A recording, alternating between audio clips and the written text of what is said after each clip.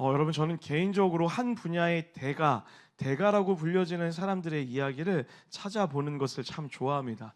그러다 보니 별의별 분야의 대가들을 다 많이 만나게 돼요. 고기 굽기의 대가, 이런 분도 만나게 되고요. 그리고 얼마 전에 가장 신기했던 사람 중에 하나가 바베큐 대가가 있더라고요. 그분은 제가 꼭 한번 찾아뵙고 싶다라는 생각이 들었어요. 또 얼마 전에 또 알게 되었던 한 대가가 있는데 검술의 대가가 있더라고요. 그 사람의 이름이 무엇이냐면 미야모토 무사시라고 부르더라고요. 전 일본 사람들의 이름에 무사시가 많아서 그 의미가 뭘까라고 했는데 검객과 관련된 이름이 참 많았습니다. 바람의 파이터라고 하는 채배달이라고 하는 사람이 수련회 때마다 읽었던 책이 있는데 오륜서라고 하는 책이라고 이야기해요. 이 책을 썼던 저자가 바로 이 미야모토 무사시라고 이야기합니다. 재미난 사실이 진짜인지 모르겠는데 13살 때부터 은퇴하는 시점까지 60번 이상의 진검승부를 하였고 한 번도 패한 적이 없다라고 그렇게 기록하고 있더라고요. 그가 쓴 책이 오륜서라고 하는 책이었는데요. 그 책에 보면 아주 재미난 대목이 있습니다. 자신을 무적이라 생각하는 사람만큼 쓰러뜨리기 쉬운 상대는 없다라고 이야기해요. 그러면서 나는 3살짜리 어린 아이와 마주설 때에도 몸조심을 한다라고 기록하고 있습니다. 전설적인 검객이지만 늘 배움의 자세를 가지고 있고 더 나아질 수 있다라고 하는 마음의 갈망을 가지고 살아간다라는 것입니다. 그런 그의 자세는 3살짜리 아이 앞에서도 절대로 교만하지 않는다라는 모습을 통하여 대변해주고 있습니다.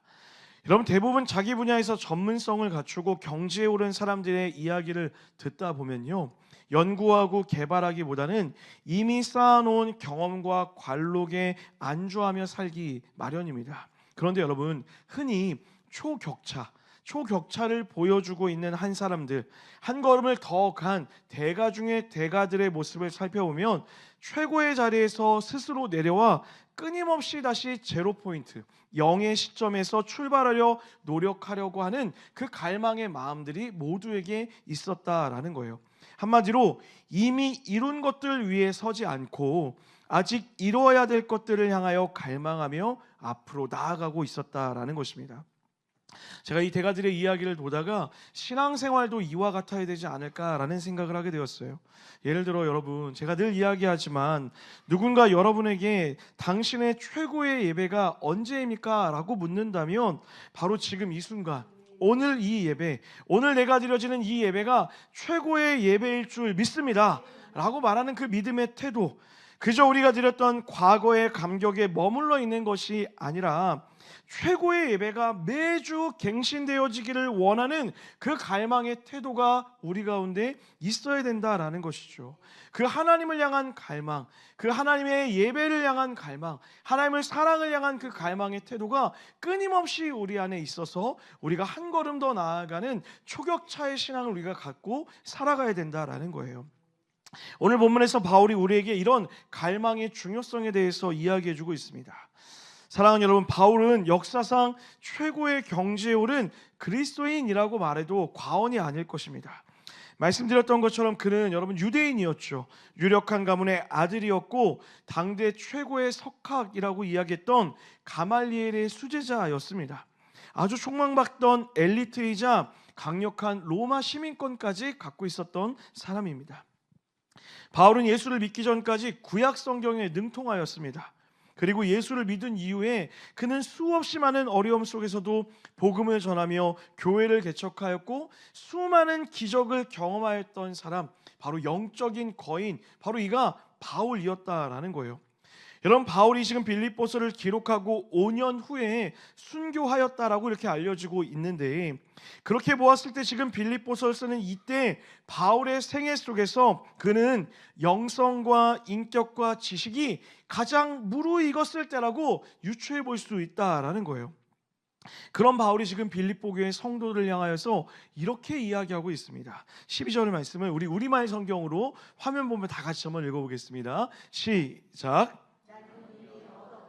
이미 온전해진 것이 아닙니다. 나는 그것을 붙잡으려고 쫓아갑니다. 이는 나도 그리스도 예수께 붙잡혔기 때문입니다. 여러분, 영적으로 지적으로 모든 면에 무르익었을 그 바울이, 그 영적인 거장과 같던 그 바울이 뭐라고 고백하고 있습니까? 나는 이미 얻었거나 이미 온전해진 것이 아닙니다 라고 이렇게 이야기하는 거예요. 방금 읽은 본문에 나왔던 쫓아가다 라고 하는 이 단어의 의미는요, 현재 직설법 동사로 쓰여졌어요. 어떤 의미가 있냐면 쉼없이 반복되는 행동, 쉼없이 끊임없이 반복되는 행동을 의미할 때 사용되는 단어라는 거예요. 즉 완결된 것이 어느 것 하나 없어 이 시간에도 현재적으로 그것을 붙잡기 위해 쫓아가고 있다는 것을 강조하며 사용하고 있다라는 거예요. 여러분, 이런 바울의 고백이 오늘 보면 바로 전인 7절과 8절에 그 의미가 너무나 잘 나타나 있어요. 너무 유명한 구절인데 우리 7절과 8절 말씀도 다 같이 한번 읽어보겠습니다. 시작.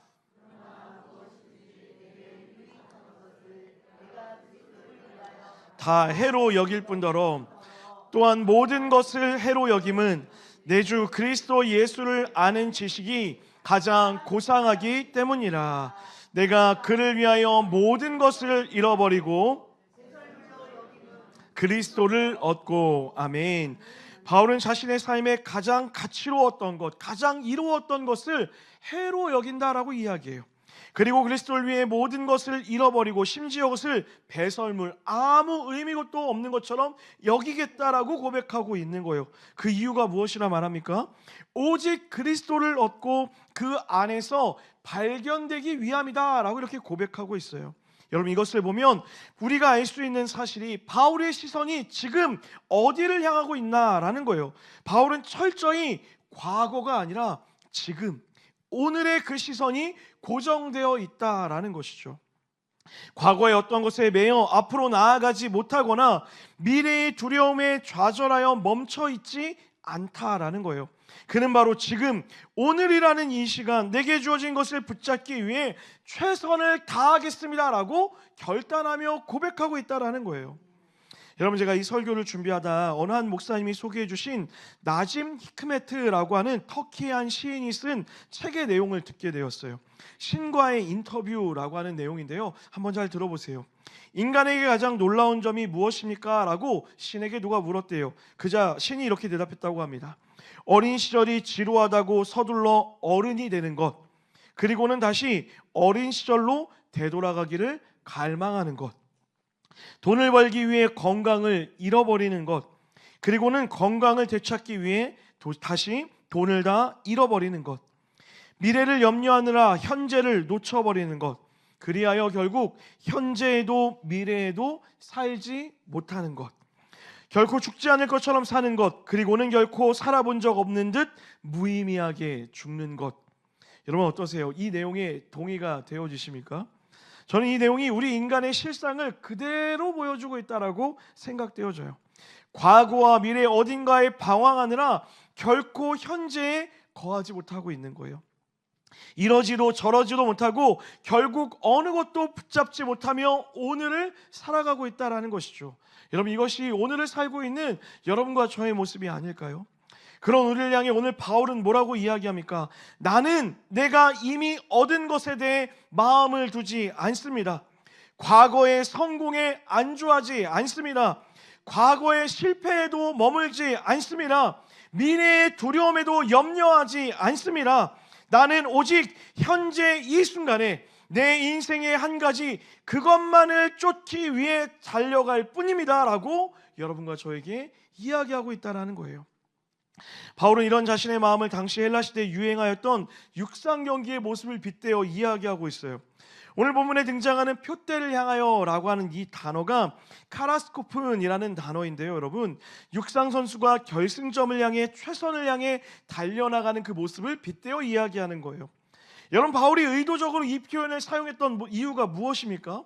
이미 노년의 삶의 많은 것을 뒤로하고 정리하며 이만하면 됐지라고 자신의 삶을 정리해도 됐을 그때에 바울은 그것을 본 거예요.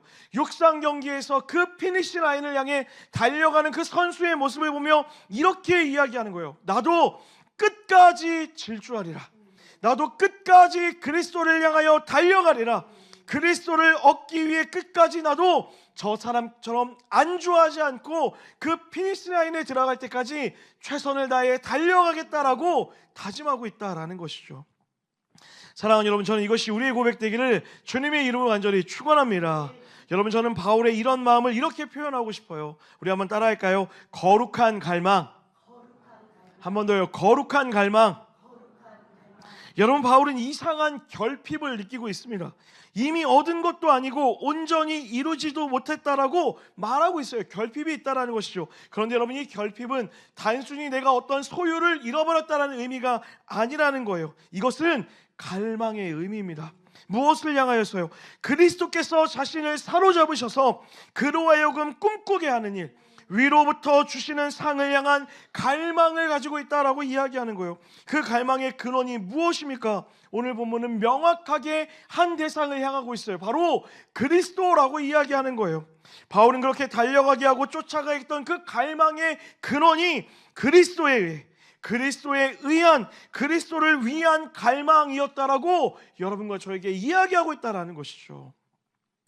사랑하는 여러분, 2002년 월드컵 다 기억하고 계십니까? 제가 이 설교를 준비하다가 우리 중에 2002년생도 있겠다라는 생각이 들더라고요. 혹시 있으신가요? 네, 대답하지 않으셔도 괜찮습니다. 그 2002년을 떠올려 보면 정말 대단했던 기억인 것 같아요. 저도 한참 그때 그 빨간 옷을 입고, 정말 말도 안 되는 빨간 옷을 입고 막 나가서 소리쳤던 그 기억이 납니다. 역사상 예선 첫 승을 거두었을 뿐만 아니라 16강을 넘어서 4강까지 갔던 전대미문의 사건이 벌어지게 되죠. 여러분, 근데 선수들이 예선을 통과하고 나서 16강에 간 것만으로 만족했던 것 같아요. 그 16강에 딱 올라갔을 때 선수들이 흥분을 했습니다. 그래서 기쁨에 젖은 선수들과 코칭 스태프이 3-4 모여서 피자를 시켜 먹었대요. 피자를 먹어서 맛있게 먹고 있는데 그때 그 모습을 히딩크 감독이 본 거예요. 그리고 나서는 대노하면서 이렇게 얘기했다고 합니다. 어떻게 몸에 안 좋은 피자를 식탁에 올릴 수 있느냐? 너희 지금 이 정도에 만족하는 거냐라고 이야기하며 그들을 엄청 꾸짖고 피자를 엎어버렸다고 얘기하더라고요. 그리고 히딩크 감독이 기자들 앞에서 아주 유명한 한마디를 남기게 됩니다. 우리 모두 알지도 몰라요. 성경은 몰라도 어떻게 이걸 알고 있는지 모르겠습니다. 나는 여전히, 이거 큰일 났네. 이거 말씀을 기억하는 여러분과 제가 되길 소원합니다. 아니길 바랬는데 다 기억하고 있어요. 나는 여전히 배고프다. 너무 유명한 말이었잖아요. 여러분, 모든 사람이 만족하는 그때 히딩크 감독은 단순히 이기는 것이 아니라 승리 그 자체에 배고파하고 있었다라는 거예요. 그리고 그 갈망이 온 국민을 열광하게 만들었어요. 그리고 아주 유명한 대사를 만들죠. 꿈은 이루어진. 이것도 기억하는 거 봐. 큰일 났네. 한 사람의 갈망이 수많은 사람들의 갈망으로 번지게 됐다라는 거예요. 여러분, 저는 바울의 갈망이 이와 같다 생각해요. 아니요, 더 정확히는 히딩크 감독은 그저 승리에 대한 갈망이었지만 바울의 갈망은 그것과는 비교할 수 없는 더 위대하고 아름다운 갈망이었어요. 하나님을 향한 끝없는 갈망이요, 하나님의 일을 위한 끝없는 갈증을 가지고 있었다는 거예요. 그리스도를 위한 갈망이 바울 안에 넘쳐나고 있었다는 것이죠. 그 영원한 것을 누리기 위한 갈망과 갈증이 바울 안에 샘솟고 있었고, 바울은 그 안에서 여전히 꿈을 꾸며 그것이 바울의 삶을 움직이는 원동력이 되어주고 있었다는 거예요. 사랑하는 여러분, 저는 여러분에게도 이런 갈망이 있게 되기를 주님의 이름으로 간절히 축원합니다. 사랑하는 여러분, 하나님을 갈망하고 계십니까? 하나님을 향한 간절한 열망이 여러분 가운데 있으십니까? 여러분, 그 하나님을 갈망하셔야 됩니다. 그 하나님을 알기 위하여서 그리스도를 위한 그 갈망이 우리 안에 넘쳐날 때, 그것이 우리의 삶을 이끌어갈 때 우리의 삶에 진정한 기쁨이 넘쳐나게 될 거라는 거예요. 이런 축구 이야기가 나왔으니 2002년 월드컵 한 골 한 골에 사람들은 정말 미친 듯이 환호했습니다. 한 골이 터지기를 갈망하고 이겼을 때는 정말 세상이 떠나가라고 환호했던 그 모습을 잊을 수가 없어요. 그런데 여러분, 질문 드려볼게요. 여러분, 하나님을 향한 갈망은 어느 정도이십니까? 비참하게도 여러분, 월드컵 경기 한 골보다도 못한 주님을 향한 열정을 갖고 있지는 않으십니까? 실제로 여러분 예배 때 하나님께 영광의 박수를 올려드리자라고 하면은 우리가 어떻게 박수하는 줄 아세요? 소리만 들어도 그 영광의 크기가 얼마나 되는 줄 알아요. 여러분의 표정만 봐도 하나님을 향한 그 갈망이 어느 정도인지 드러난다라는 거예요. 여러분 진짜 박수와 가짜 박수가 있는 거 알고 계십니까? 우리 모두는 다 알고 있습니다. 진짜 박수는요, 보는 순간부터 멈출 수 없을 정도로 박수를 치게 되어 있어요. 진짜 감탄하게 되어지면요, 누가 시켜서가 아니라 와라고 하는 그 감탄사가 쏟아나올 수밖에 없다라는 거예요. 사랑하는 여러분, 기억하십시오. 우리 하나님은 월드컵 한 골하고는 비교할 수 없을 정도로 아름다우시고 위대하신 분이실 줄 믿습니다. 저는 여러분이 그 하나님께 찬송을 드리고 그 하나님께 박수하며 그 하나님께 영광을 올려드릴 때 우리가 할 수 있는 최선의 것으로, 최고의 것으로 박수하며 영광할 수 있는 여러분과 제가 되기를 주님의 이름으로 간절히 축원합니다. 여러분, 예전에도 말씀드렸잖아요. 금요기도에 오셨던 그 최영천 목사님, 청년들하고 예배하는데 저 북한의 사람들은 겨우 김정일 부자를 향해서도 저렇게 박수를 치는데 왜 우리는 전능하신 하나님을 향하여서 이렇게 가만히 예배하냐는 거예요. 그 말이 참 이상했지만 일정 부분 맞는 것도 같더라고요. 사랑하는 여러분, 저는 여러분의 갈망이 어제보다 오늘 더 넘쳐나게 되기를 주님의 이름으로 간절히 축원합니다. 이것이 우리의 믿음의 태도였으면 좋겠어요. 하나님을 향한 갈망이 넘쳐나서 오늘 전부를 드릴 수 있는 삶, 어제보다 오늘이, 그리고 오늘보다 내일이 주님을 더 갈망하는 그런 삶, 그런 신앙생활을 꿈꾸는 우리 이음의 모든 성도들 되시기를 주님의 이름으로 간절히 축원합니다. 자, 그렇다면 이 갈망을 이어가기 위해 우리가 가져야 되는 마음의 자세는 무엇일까요? 13절 말씀이에요. 다 같이 13절 말씀 한번 읽어보도록 하겠습니다. 시작.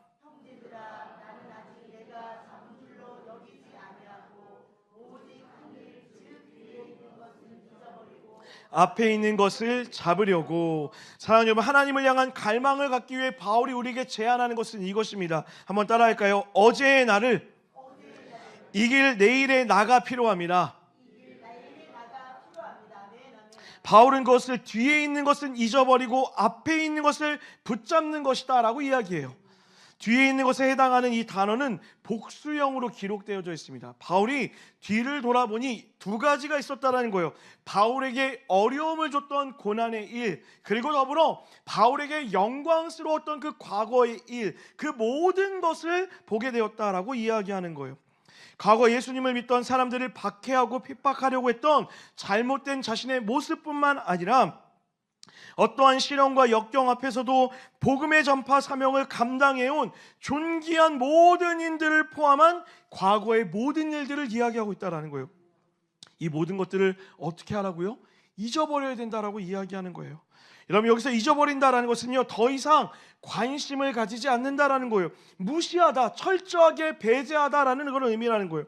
다시 말해 과거의 발목이 잡혀 오늘의 믿음의 진보를 빼앗기지 않도록 의식적으로 노력하며 수고하며 무시할 수 있어야 된다라는 거예요.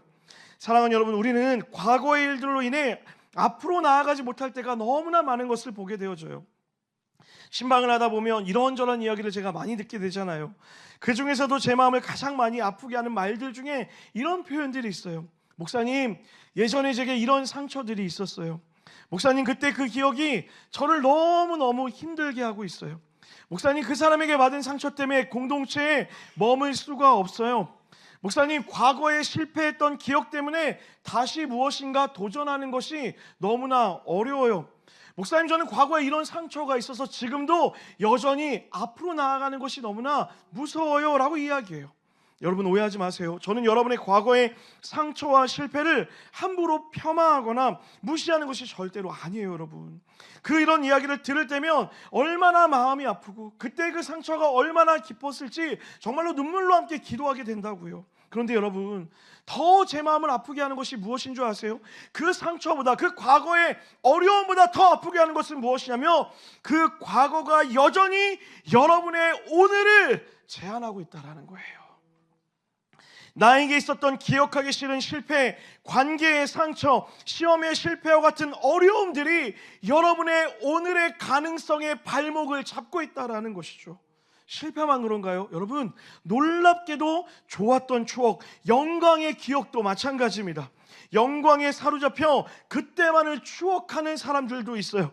내가 그때 참 잘 나갔었는데, 내가 그때 너무 뜨겁게 하나님을 예배했었는데, 내가 그때 이런 업적을 이루어내었는데 라고 말하며 과거의 영광스러운 추억에만 여전히 머물러 있는 사람들이 있다라는 거예요. 사랑하는 여러분, 기억하세요. 신앙생활은 추억하는 것이 아닙니다. 신앙생활을 살아내는 것일 줄 믿습니다.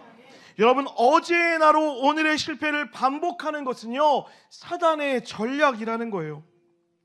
이번 한 주 임직식을 준비하는데 기도를 많이 하게 되었어요. 당연하겠죠. 정말 기도하며 또 감사의 사람들을 떠올리면서 한 글자 한 글자 적어 내려가는데요, 너무너무 은혜의 고백들이 너무나 많은 거예요.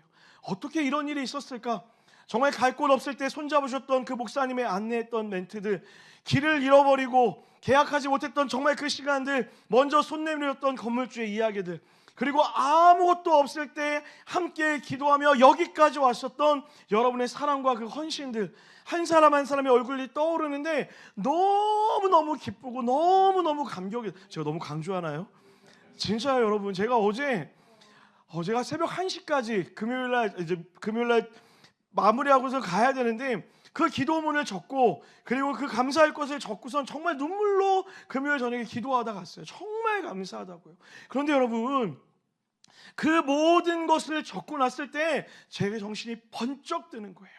오늘 이 설교를 준비하면서 하나님이 저에게 이렇게 말씀하시는 거예요. 과거의 영광에 머물러 있으면 안 돼. 과거의 영광에만 심취해 있으면 안 돼. 여러분, 오해하지 마세요. 과거의 영광을 무시하라는 것이 아니에요. 감사한 일이죠. 기뻐할 만한 일이죠. 그런데 그것으로 인해 오늘의 더 아름다운 것을 보는 일을 제한하지 말라는 거예요. 여러분, 저는 믿습니다. 어제보다 오늘이 더 영광스러울 줄 믿습니다. 어제보다 오늘 우리 교회가 더 하나님의 은혜로 충만하게 채워질 줄 믿습니다. 오늘보다 내일 여러분의 삶이 더 큰 은혜로 채워지게 될 줄 믿습니다. 사랑하는 여러분, 바울은 맹목적으로 과거의 흔적을 지우기 위해 뒤의 일을 잊으라라고 이야기하는 것이 아니에요. 뒤의 것을 잊을 수 있는 힘이 있대요. 그것이 무엇입니까? 앞에 있는 것을 바라보라는 거예요. 그것이 무엇입니까? 14절이에요. 믿음의 고백으로 같이 읽겠습니다. 14절 말씀 다 같이 읽습니다. 시작. 그리스도 예수 안에서 하나님이 위에서 부르신 부름의 상을 위하여 달려가노라. 할렐루야. 오늘 본문의 표대라는 단어는요, 원거리에 눈에 보이는 표적을 이야기해요. 사람의 시야 속에 있는 표적, 관역을 이야기하고 있다는 거예요. 다시 말해 보이는 표적을 이야기한다고요. 즉 우리의 인생의 목적을 말해주는 것인데, 이것을 뭐라 이야기합니까? 부르심이라고 이야기하는 거예요. 하나님이라고 하는 이 부르심의 표대예요. 그런데 멀리서 보이지 않는 것이 아니라 우리 시야에 보이는 부르심이라는 거예요. 앞에 있는 일이라는 것은 우리가 상상하는 저 멀리 있는 것이 아니라 눈앞에 보이는 그 부르심을 보며 끝까지 달려나가라고 우리에게 명령하고 이야기하고 있다는 거예요. 지금도 좋았지만 결국 결승점에 도착하는 그때가 더 좋을 것을 알기에 오늘도 달려가라고 말하고 있는 것이죠. 여러분, 그렇지 않습니까? 레이스 중에 1등으로 달리고 있다 해도 결국 결승점에 몇 등으로 들어오는지가 더 중요한 거예요. 반대로 여러분, 결승선에 내가 레이스에 꼴찌를 하고 있다라도 피니시 라인에 몇 등으로 들어오는지가 더 중요하다라는 거예요. 그래서 내 삶에서 경주하는 자로 부름받은 우리는 내가 지금 어디에 있는지를 아는 것도 중요하지만 내가 도착할 그곳을 눈으로 보고 달려가는 것이 더 중요하다라는 거예요. 사랑하는 여러분, 저는 여러분이 이 부르심, 하나님의 표대를 볼 때 가슴이 뛰는 은혜가 있었으면 좋겠어요. 주님이 여러분과 저를 위한 계획이 있으십니다. 주님이 여러분과 저와 함께하고자 하는 일이 있으십니다. 그 놀랍고 위대한 하나님이 나와 손을 맞춰 함께 이뤄나갈 하나님의 꿈이 있다라고 오늘도 여러분과 저에게 이야기하고 있는 거예요. 그리고 그 꿈은 보이지 않는 멀리 있는 곳이 아니라 눈을 들면, 기도하면, 우리가 하나님께 시선을 고정하면 그 표대가 눈에 보여 오늘도 설레임으로 달려갈 수 있게 만든다라는 거예요.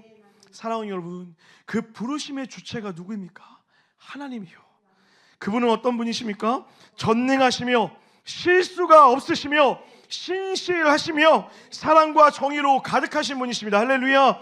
그리고 그분은 여러분과 저의 아버지이십니다. 사랑하는 자녀에게 줄 가장 완벽할 계획을 세우시고 신실하시게 완벽한 그 계획을 예비하고 준비하고 계신 그 아버지 하나님을 바라보며 믿을 수 있어야 된다라는 거예요. 사랑하는 여러분, 그래서 믿음으로 여러분에게 축복하고 싶어요. 사랑하는 여러분, 여러분의 오늘이 어제보다 훨씬 더 아름답고 좋을 것입니다. 여러분의 내일은 오늘과 비교할 수 없을 만큼, 형용할 수 없을 만큼 더 아름다워질 줄 믿습니다. 여러분의 미래가 그 부르심을 쫓아 그 피니시 라인에 도착하는 그 순간 하나님이 여러분에게 놀라운 은혜의 축복의 선물을 준비하실 줄 믿습니다. 그 하나님을 바라보며 믿음의 영주하시는 여러분과 제가 되기를 주님의 이름으로 간절히 축원합니다. 말씀 마무리하며 마지막으로 우리 15절과 16절 말씀을 우리말 성경으로 다 같이 한번 읽어볼게요. 우리말 성경입니다. 시작.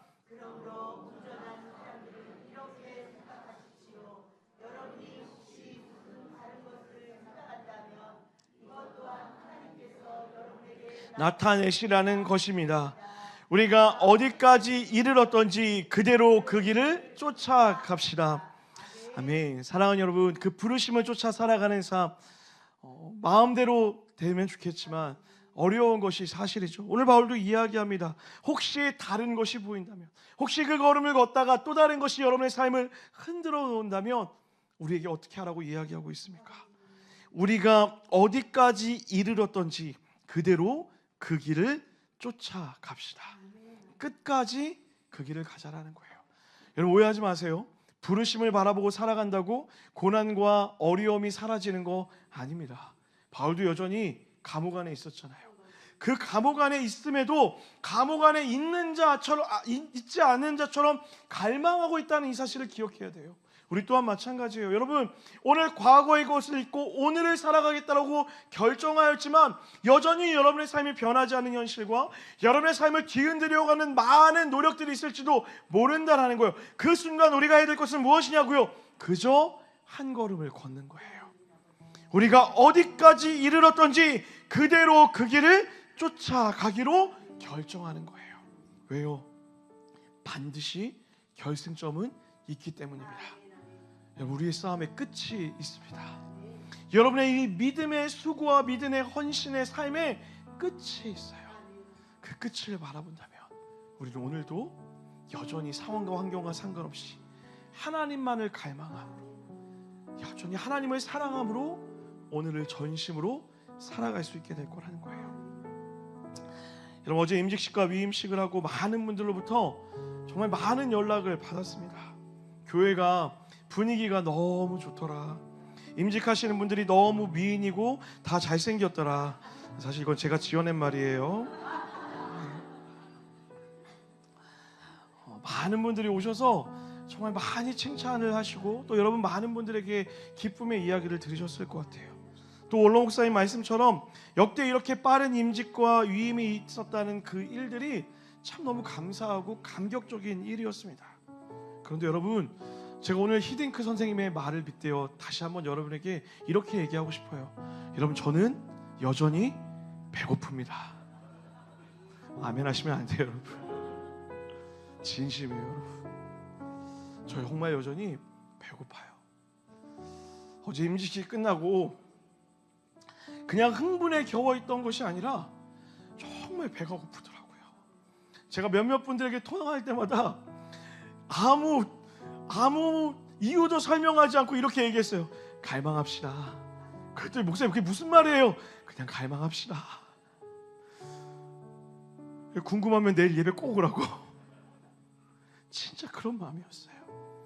여러분 제가 아는 이 갈망이 무엇일까요? 우리 교회가 더 칭찬받는 삶이요? 우리 교회가 더 커지는 거? 그거 갈망할까요? 아니요 여러분, 저 진짜 한 가지 갈망이에요. 하나님을 정말 갈망했으면 좋겠어요. 여러분 우리 사람들의 칭찬에, 사람들이 이야기하는 그 환호에 속지 말았으면 좋겠어요. 그 칭찬과 그 갈망, 그 환호는 금세 사라질지도 몰라요. 그런데 여러분, 우리가 오늘 하나님을 전심으로 갈망하고 매주 매일매일 그렇게 하나님을 갈망하며 예배한다면 하나님이 우리를 정말 기쁘게 칭찬하실 줄 믿습니다. 여러분, 그 갈망이 우리 안에 있었으면 좋겠어요. 그래서 어제보다 오늘이 더 행복할 줄 믿습니다. 어제 임직받은 분들보다 다음에 임직받은 분들이 1번 더, 한 1% 더 행복할 줄 믿습니다. 너무 많이 행복하다면 또 삐지시니까. 그게 우리의 소망이어야 된다고요. 내가 제일 행복했으니 널 더 행복해가 아니라 내가 이렇게 더 행복했으니 그 다음 임직자가 더 행복하도록 하나님을 갈망하는 우리가 되어야 된다라고요.